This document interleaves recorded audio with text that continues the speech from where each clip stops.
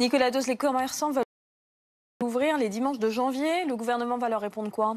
Il va leur répondre oui, à l'évidence. Voilà, il y a eu des demandes de toutes les fédérations, hein, les magasins d'habillement, la grande distribution, les commerces spécialisés, le conseil du commerce, tous ont demandé au gouvernement de bien vouloir autoriser le dimanche. Visiblement, plusieurs sources disent que Matignon va dire oui. De toute façon, il y a déjà des collectivités qui ont commencé à donner des autorisations. D'abord, il y a les dimanches du maire, il y en a 12 par an possibles. Hein.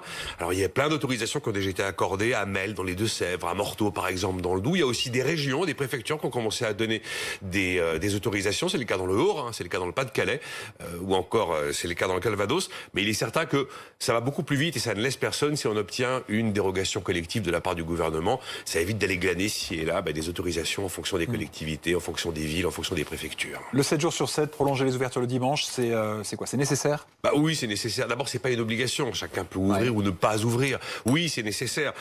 C'est presque du bon sens, de l'évidence. On va avoir un choc économique qui ne fait que commencer. Il faut utiliser tous les outils disponibles. Quels sont les outils disponibles en 2021? Les aides publiques qu'il va falloir prolonger le temps qu'il faudra et ne surtout pas les débrancher de manière trop brutale. Il faudra un maximum de flexibilité avec un maximum de logique et de cohérence. Ouvre le dimanche, pourquoi pas? Les soldes repoussés au 20 janvier, ça permet d'éviter de vendre à des prix cassés trop vite. Mais pourquoi pas de prolonger les soldes, hein? L'idée a circulé, peut-être de plusieurs semaines, peut-être même de plusieurs mois.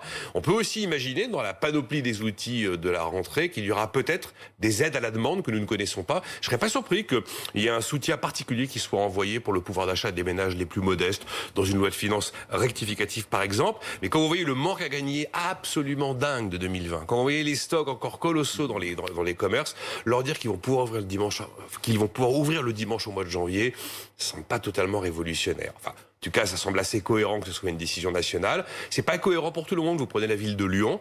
La nouvelle majorité écologiste, elle a fait l'inverse. Elle a limité à 7 le nombre de dimanches ouverts en 2021 contre 12 en 2020.